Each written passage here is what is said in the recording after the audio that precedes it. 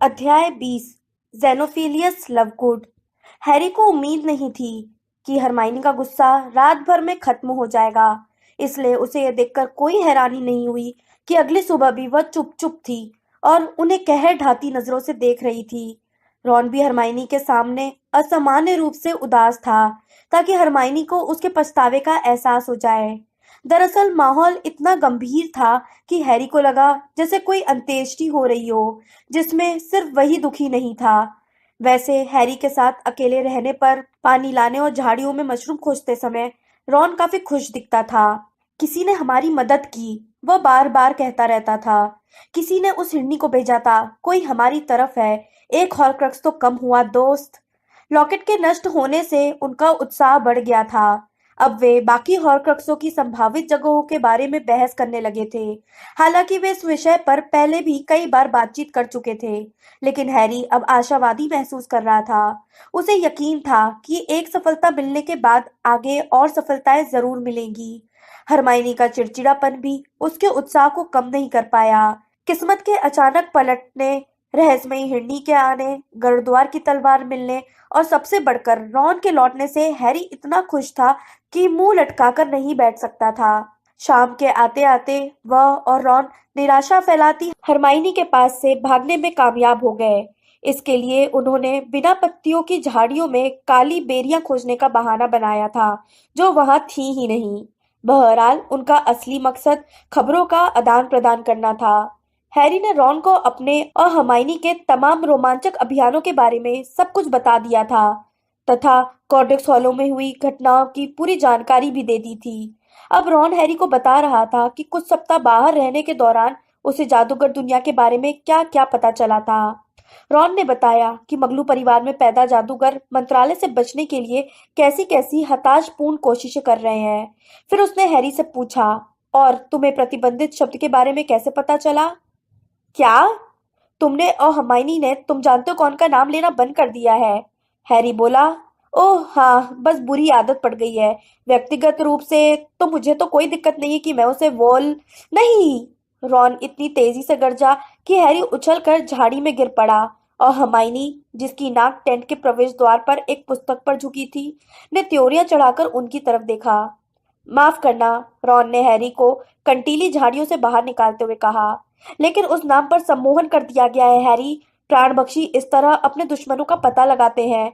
उसका नाम लेने से रक्षात्मक सम्मोहन टूट जाते हैं। इससे किसी तरह की जादुई हलचल होती है। टोटेनहेम कोर्ट रोड में उन्हें हमारा पता इसी तरह चला था, क्योंकि हमने उसका नाम लिया था। बिल्कुल, इस बात के लिए उनकी तारीफ करनी चाहिए। इसमें समझदारी लगती है। सिर्फ वे लोग ही उसका नाम लेने की हिम्मत करते हैं जो उससे टकराने के बारे में गंभीर होते हैं, जैसे कि डंबलडोर। अब उन्होंने इस नाम को प्रतिबंधित कर दिया है। इस नाम को लेने वाले हर व्यक्ति को खोजा जा रहा है। मायापंछी के समूह के सदस्यों का तुरंत पता लगाने का आसान तरीका। इसी कारण किंग्सले भी पकड़ में आते आते बचा था। तुम मजाक कर रहे हो? नहीं, बिल ने मुझे बताया था कि कुछ प्राणभक्षियों ने किंग्सले को घेर लिया था, लेकिन वह लड़कर बच निकला। वह भी अब हमारी तरह ही छिपा हुआ है। रॉन ने सोचते हुए छड़ी की नोक से अपनी ठुड्डी खुजाई। तुम्हें ऐसा तो नहीं लगता कि वह हिंडी किंग्सले ने ही भेजी होगी? नहीं, उसका पितृदेव वन बिलाव है। हमने शादी में देखा था, याद है? ओह हाँ। वे बागड़ के किनारे किनारे आगे बढ़े और हर्माइनी तथा टेंट से दूर हो गए। हैरी, तुम्हें यह तो नहीं लगता कि यह डंबलडोर ने किया होगा? डंबलडोर ने क्या किया होगा? रॉन थोड़ा झिझका, लेकिन फिर धीमी आवाज में बोला, डंबलडोर, हिरनी, मेरा मतलब है। रॉन हैरी को कनखियों से देख रहा था। आखिरी बार असली तलवार उन्हीं के पास थी, है ना? हैरी रॉन की बात पर हंसा नहीं। इस सवाल के पीछे छिपी हसरत को वह बहुत अच्छी तरह से समझ सकता था। यह बहुत राहत भरा विचार था कि डंबलडोर उनके पास लौट आए हैं, कि वे उन पर नजर रख रहे हैं। डंबलडोर मर चुके हैं, उसने अपना सिर हिलाते हुए कहा। मैंने उन्हें मरते देखा था। मैंने उनकी लाश देखी थी। वे यकीनन चले गए हैं। वैसे भी उनका पितृदेव हिंडी नहीं, मायापंछी था। पितृदेव बदल सकता है ना? रॉन ने कहा। टोंक्स का पितृदेव नहीं बदला था क्या? हाँ, लेकिन अगर डंबलडोर जिंदा होते तो सामने क्यों नहीं आते? वे हमें अपने हाथों से तलवार क्यों नहीं दे देते? क्या पता? रॉन ने कहा। शायद उसी कारण जिस कारण उन्होंने जिंदा रहते समय तुम्हें तलवार नहीं दी थी। शायद उसी कारण जिस कारण उन्होंने तुम्हें एक पुरानी सुनहरी गेंद और हर्माइनी को बच्चों की कहानियों की पुस्तक दी। यानी? हैरी ने रॉन पर गहरी नजर डालते हुए पूछा। वो उसके जवाब का बेसब्री से इंतजार कर रहा था। पता नहीं, रॉन ने कहा।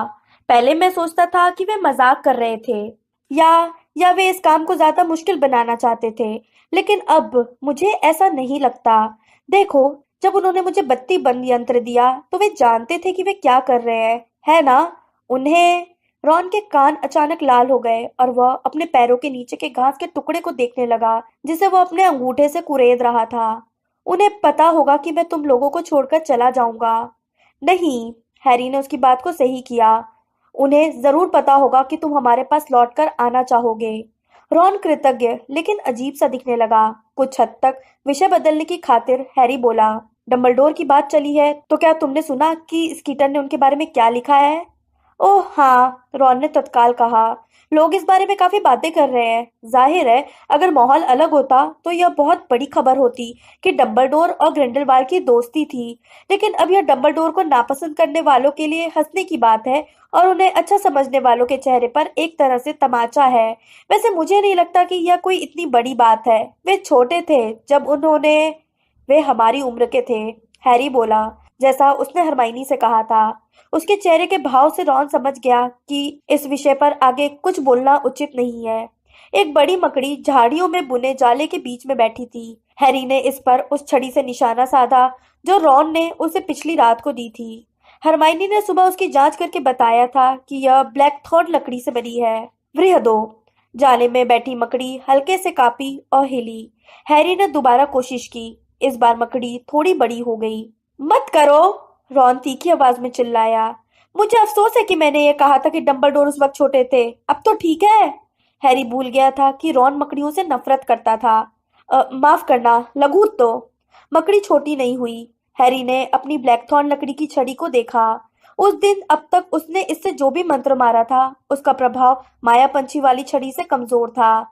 नई छड़ी अपरिचित सी लग रही थी। ऐसा लग रहा था जैसे उसकी बाह के सिरे पर किसी दूसरे का हाथ चिपका दिया गया हो। तुम्हें बस अभ्यास की जरूरत है, हरमाइनी ने कहा, जो बिना आवाज किए उनके पीछे आ गई थी और खड़े होकर मकड़ी को बड़ा छोटा करने की हैरी की कोशिशों को चिंता से देख रही थी। सब कुछ आत्मविश्वास पर निर्भर करता है, हैरी। वह जानता था कि हरमाइनी इस तरह क्यों बोल रही थी। उसकी छड़ी तोड़ने के मामले में वह अब भी खुद को अपराधी मान रही थी। हैरी ने उस ताने को रोका जो उसके होठों तक आ गया था। वह बोलने वाला था कि अगर इससे कोई फर्क नहीं पड़ता है तो हरमाइनी अपनी छड़ी हैरी को देकर खुद ब्लैकथॉर्न लकड़ी की छड़ी का इस्तेमाल करके देखे। बहरहाल वो उससे दोस्ती कायम रखना चाहता था, इसलिए चुप रह गया। मगर जब रॉन ने हरमाइनी को संकोच के साथ थोड़ा मुस्कुरा कर देखा तो वह तेजी से चली गई और एक बार फिर अपनी पुस्तक के पीछे ओझल हो गई। अंधेरा गिरने पर वे तीनों टेंट में लौट आए। हैरी ने पहरेदारी की पहली पाली संभाली। प्रवेश द्वार कर बैठकर वह ब्लैकथॉर्न छड़ी से अभ्यास करने लगा। उसने छड़ी हिलाकर अपने पैरों के पास पड़े छोटे पत्थरों को उठाने की कोशिश की, लेकिन उसका जादू अब भी पुरानी छड़ी की तुलना में बहुत अटपटा और कमजोर लग रहा था। हरमाइनी अपनी बर्थ पर लेटकर पड़ रही थी। रॉन ने उसकी तरफ कई बार घबरा कर देखने के बाद अपने बैग में से लकड़ी का एक छोटा सा रेडियो निकाला और स्टेशन पकड़ने की कोशिश करने लगा। उसने हैरी से धीमी आवाज में कहा, इसमें एक कार्यक्रम आता है जो सही खबरें देता है। बाकी सब तो तुम जानते हो कौन की तरफ है और मंत्रालय के निर्देशों का पालन कर रहे हैं, लेकिन यह कार्यक्रम जब तुम सुनोगे तो खुद समझ जाओगे। यह बहुत बढ़िया है। दिक्कत सिर्फ इतनी है कि वे हर रात को प्रसारण नहीं कर सकते। वे लगातार अपनी जगह बदलते रहते हैं ताकि छापा न पड़ जाए। इसे सुनने के लिए पासवर्ड की जरूरत पड़ती है। दिक्कत यह है कि मैं पासवर्ड भूल गया हूँ। उसने रेडियो के ऊपरी हिस्से को अपनी छड़ी से ड्रम की तरह बजाया और कुछ बुदबुदाने लगा। बीच बीच में वह हरमाइनी को कनखियों से देखता जा रहा था। जाहिर है उसे डर लग रहा था कि वह गुस्से में कुछ बोलेगी, लेकिन हरमाइनी ने उसे इस तरह नजरअंदाज कर दिया जैसे वह वहां हो ही नहीं। लगभग 10 मिनट तक रॉन छड़ी ठोकता रहा और बुदबुदाता रहा। हरमाइनी अपनी पुस्तक के पन्ने पलटती रही और हैरी ब्लैकथॉर्न छड़ी से अभ्यास करता रहा। आखिरकार हरमाइनी बर्थ से नीचे उतरी। रॉन ने तत्काल छड़ी ठोकना बंद कर दिया। अगर तुम्हें दिक्कत हो रही हो तो मैं बंद कर देता हूँ, उसने हरमाइनी से घबरा कर कहा। हरमाइनी ने उसकी बात का कोई जवाब नहीं दिया, बल्कि हैरी के पास गई। उसने कहा, मुझे तुमसे कुछ बात करनी है।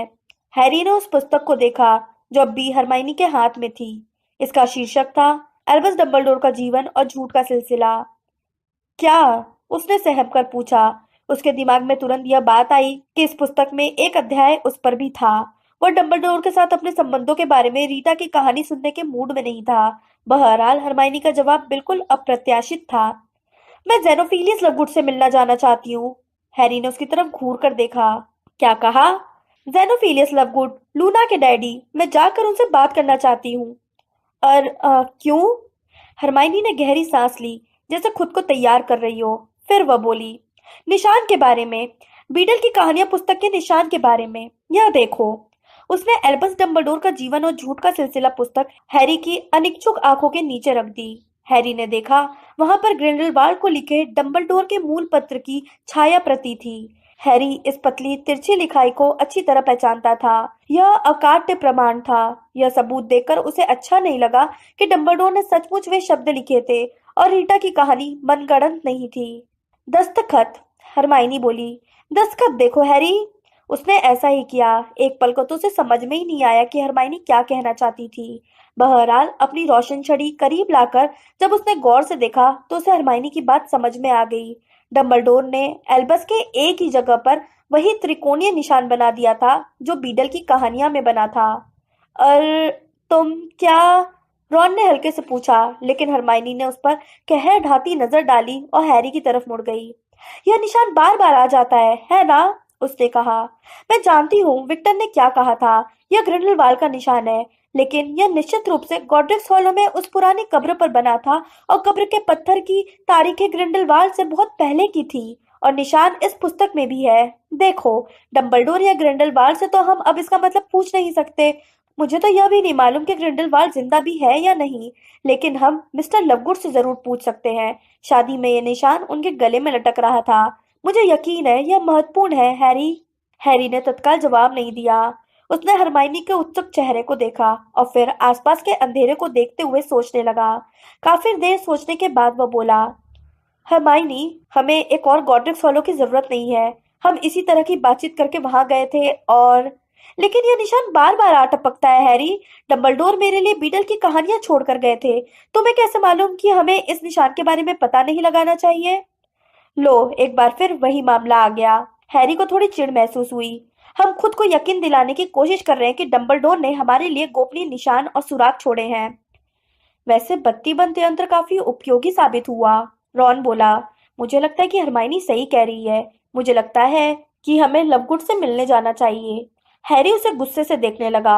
उसे पूरा यकीन था कि रॉन हरमाइनी की बात का समर्थन सिर्फ इसलिए नहीं कर रहा था क्योंकि वह उस त्रिकोणीय निशान का मतलब समझना चाहता था। यह गॉड्रिक्स हॉलो जैसा नहीं है, रॉन ने आगे कहा। लवगुड तुम्हारी तरफ है हैरी।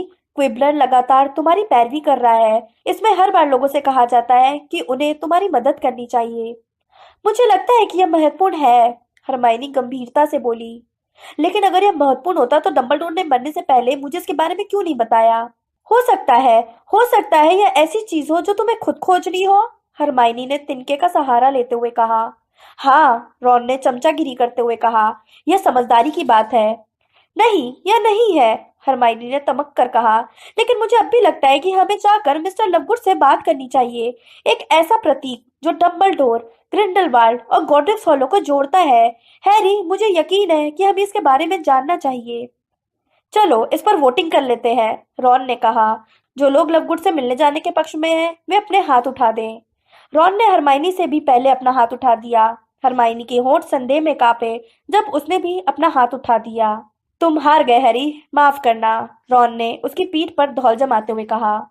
ठीक है, हैरी ने कहा। एक तरफ तो उसे यह देखकर थोड़ा मजा आया और दूसरी तरफ थोड़ी चिढ़ भी हुई। बस एक बार लवगुड से मिलने के बाद हमें हॉर्क्रक्सों की तलाश में जुटना चाहिए, ठीक है? वैसे लवगुड का घर है कहाँ? क्या तुम में से किसी को पता है? हाँ, मेरे घर से ज्यादा दूर नहीं है, रॉन बोला। मुझे उनका घर ठीक ठीक तो नहीं मालूम, लेकिन उनका जिक्र करते समय मम्मी डैडी हमेशा पहाड़ियों की तरफ इशारा करते थे। उनका घर खोजना मुश्किल नहीं होगा। जब हरमाइनी अपनी बर्थ की ओर लौटी तो हैरी ने अपनी आवाज नीची कर ली। तुमने सिर्फ उससे संबंध सुधारने के लिए हाँ की है। प्यार और जंग में सब जायज है, रॉन ने उत्साह से कहा। और इस वक्त तो दोनों ही चल रहे हैं। खुश हो जाओ, क्रिसमस की छुट्टियां चल रही है, लूना घर पर ही होगी। अगली सुबह वे लोग अंतर्ध्यान होकर हवादार पहाड़ी पर पहुंचे। वहां से ओटरी सेंट कैचपोल गांव का बहुत बढ़िया नजारा दिखता था। इतनी ऊंचाई से गांव के घर खिलौने जैसे दिख रहे थे। बादलों के बीच से निकलती धूप की किरणें उन पर तिरछी पड़ रही थी। उन्होंने अपनी आंखों पर हाथ से छांव करके 1-2 मिनट तक रॉन के घर की तलाश की, लेकिन उन्हें घर नहीं दिख पाया। उन्हें सिर्फ बगीचे की ऊंची बागड़ और पेड़ ही दिखाई दिए, जिनके कारण वह अजीब सा घर मगलुओं को दिखाई नहीं देता था। रॉन उदासी से बोला, कितनी अजीब बात है कि इतने करीब होकर भी घर नहीं जा सकता। देखो, ऐसी बात तो है नहीं कि तुमने उन्हें काफी अरसे से नहीं देखा हो। तुम क्रिसमस पर तो वहां गए थे, हरमाइनी ने ठंडेपन से कहा। मैं अपने घर नहीं गया था, रॉन हैरानी से हंसते हुए बोला। तुम्हें क्या लगता है वहां जाकर मैं सबको यह बता सकता था कि मैं तुम्हारा साथ छोड़ आया हूँ? हाँ, फ्रेड और जॉर्ज तो ये सुनकर बड़े खुश होते और जिनी तो इसे बहुत समझदारी का काम मानती। तो फिर तुम कहाँ गए थे? हरमाइनी ने हैरानी से पूछा। बिल और फ्लर के घर, शेल कॉटेज। बिल मेरे साथ अच्छा व्यवहार रखता है। मेरी हरकत के बारे में जानकर वो खुश तो नहीं हुआ, लेकिन उसने इस बारे में लगातार बड़बड़ भी नहीं की। वह जानता था कि मुझे सचमुच अपनी गलती पर अफसोस है। परिवार में बाकी किसी को भी मेरे वहां होने का पता नहीं था। बिल ने मम्मी से यह कह दिया था कि वह और फ्लर क्रिसमस पर घर नहीं आएंगे, क्योंकि वे इसे अकेले मनाना चाहते हैं। पता है, शादी के बाद वे पहली बार अकेले छुट्टियां मना रहे थे। मुझे नहीं लगता है कि फ्लर को इससे दिक्कत हुई। तुम लोग तो जानते ही हो वो सेलेस्टीना बारवेक से कितना चिढ़ती है। रॉन ने अपने घर की तरफ पीठ कर ली। उसने पहाड़ी के शिखर की ओर सबसे आगे जाते हुए कहा, यहाँ कोशिश करते हैं। वे कुछ घंटों तक तलाश करते रहे। हरमाइनी के जोर देने पर हैरी अदृश्य चौकी के नीचे ही छिपा रहा। नीचे की पहाड़ियों पर कोई नहीं रहता था, बस एक छोटा सा घर था जो खाली नजर आ रहा था। तुम्हें क्या लगता है, कहीं यह उन्हीं का घर तो नहीं है? शायद वे क्रिसमस पर कहीं बाहर चले गए हो। हरमाइनी ने खिड़की से झांक कर देखते हुए पूछा। अंदर छोटा सा साफ किचन दिख रहा था, जिसकी खिड़की की चौखट पर गमले रखे थे। रॉन हंस पड़ा। देखो, मुझे लगता है कि लववुड परिवार की खिड़की में से झांकते ही समझ में आ जाएगा कि वहां कौन रहता है। चलो अगली पहाड़ी पर तलाश करते हैं। वे अंतर्ध्यान होकर उत्तर दिशा में कुछ मील आगे पहुंच गए। हवा से उनके बाल और कपड़े उड़ रहे थे। तभी रॉन चिल्लाया, आहा! वह उस पहाड़ी की चोटी की तरफ इशारा कर रहा था जिस पर वे अभी अभी प्रकट हुए थे। वह एक बहुत अजीब सा मकान था। ऐसा लग रहा था जैसे एक बड़ा काला बेलन आसमान की तरफ उठ रहा था। उसके पीछे दोपहर के आसमान में बुताहा सा चांद लटका हुआ था। यही लूना का घर होना चाहिए, और कौन ऐसी जगह पर रह सकता है? यह तो किसी बड़े कैसल जैसा दिखता है। यह महल जैसा नहीं दिखता है, हरमाइनी ने त्योरी चढ़ाकर उसकी मीनार को देखते हुए कहा। मैं महल की नहीं, शतरंज के हाथी की बात कर रहा था, रॉन बोला। रॉन के पैर सबसे लंबे थे, इसलिए पहाड़ की चोटी पर सबसे पहले वहीं पहुंचा। जब हैरी और हरमाइनी उसके पास पहुंचे तो वे हाँफ रहे थे और पसलियों पर हाथ रखे थे। रॉन खुलकर मुस्कुरा रहा था। ये उन्हीं का घर है, रॉन बोला। देखो, एक टूटे फूटे गेट पर हाथ से पेंट करके लिखे गए 3 साइन बोर्ड लगे थे। पहले पर लिखा था द क्विबलर, संपादक एक्स लवगुड। दूसरे साइन बोर्ड पर लिखा था अपने मिसल्टो खुद चुने। तीसरे पर लिखा था डिरिजिबल प्लम से दूर रहे। जब उन्होंने गेट खोला तो यह चरमराया। सामने वाले दरवाजे तक जाने वाले टेढ़े मेढ़े रास्ते में बहुत से अजीब पौधे लगे थे। एक झाड़ी पर नारंगी और गाजर जैसे फल भी लगे थे, जिन्हें लूना कई बार इयरिंग की तरह कानों में पहनती थी। हैरी एक अम्लरस झाड़ी को पहचान गया और उसने इसके सूखे तने को थोड़ी दूर से पार किया। 2 उम्रदराज क्रैब एप्पल पेड़ हवा में झुके हुए थे और उनकी पत्तियां झड़ गई थीं, हालांकि उन पर बेरी के आकार के लाल फूल लगे थे। सफेद मनकेदार मिसल्टो सामने वाले दरवाजे के दोनों तरफ जैसे पहरा दे रहे थे। बाज जैसे थोड़े चपटे सिर वाले एक छोटे उल्लू ने मिसल्टो की एक शाखा से उन्हें घूर कर देखा। हैरी, अच्छा रहेगा कि तुम अदृश्य चोगा उतार दो, हरमाइनी ने कहा। मिस्टर लवगुड हमारी नहीं, तुम्हारी मदद करना चाहते हैं। हैरी ने हरमाइनी का कहना मान लिया और चोगा बैग में रखने के लिए उसे दे दिया।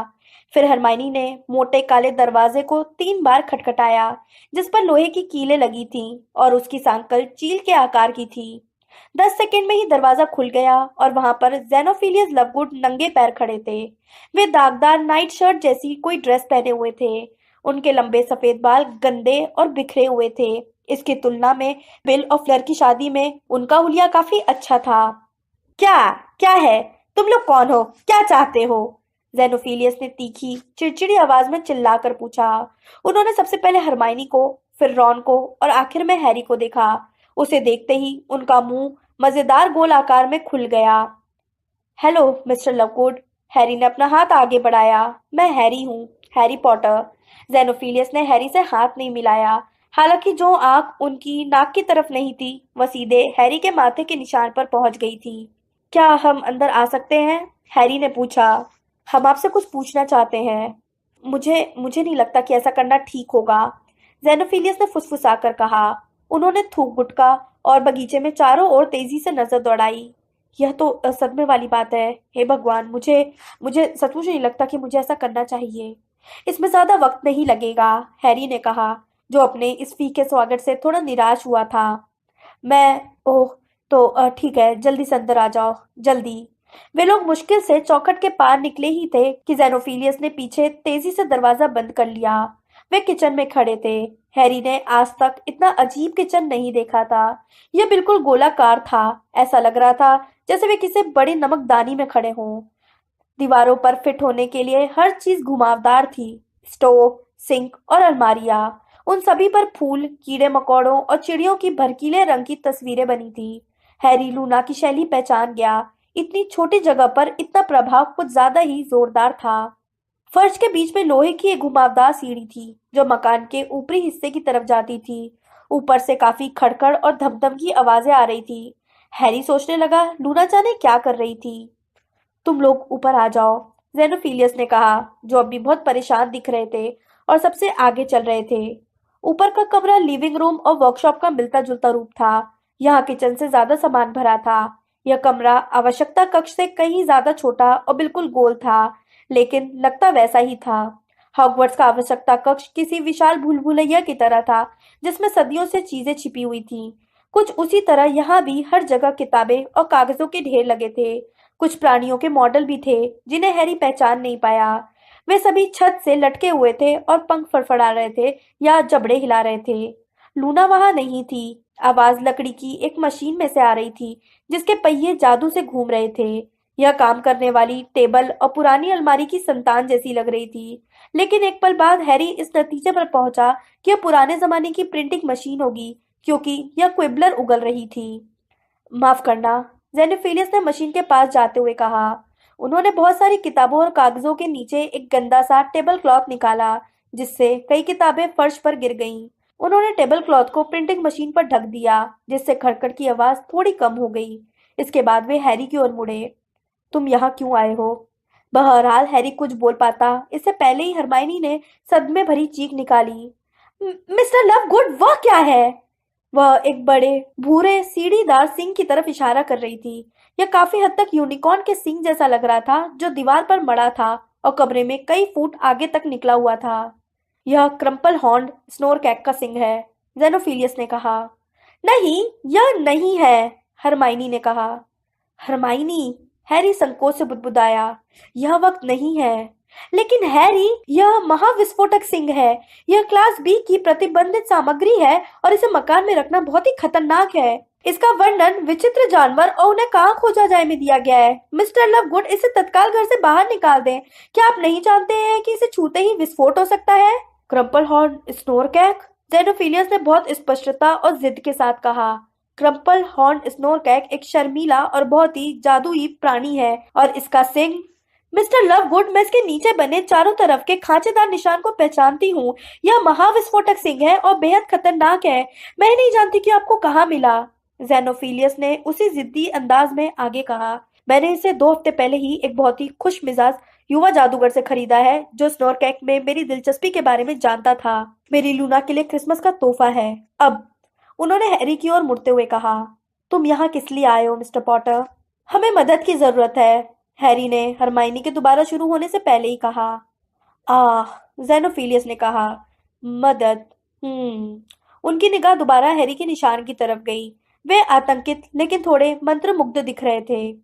देखो, बात यह है, हैरी पॉटर की मदद करना थोड़ा खतरनाक है। क्या आप सबसे यह नहीं कह रहे कि हैरी की मदद करना उनका पहला कर्तव्य होना चाहिए? रॉन बोला। अपनी पत्रिका में, जेनोफिलियस ने टेबल क्लॉथ के नीचे छिपी हुई प्रिंटिंग मशीन की तरफ नजर डाली, जो अभी खड़खड़ कर रही थी। और हाँ, मैंने यह विचार व्यक्त किया है। बहरहाल, यह दूसरे लोगों को करना चाहिए, आपको नहीं, रॉन ने कहा। जेनोफिलियस ने जवाब नहीं दिया। वे थूक गुटकते रहे। उनकी आंखें उन्हीं तीनों के बीच घूमती रही।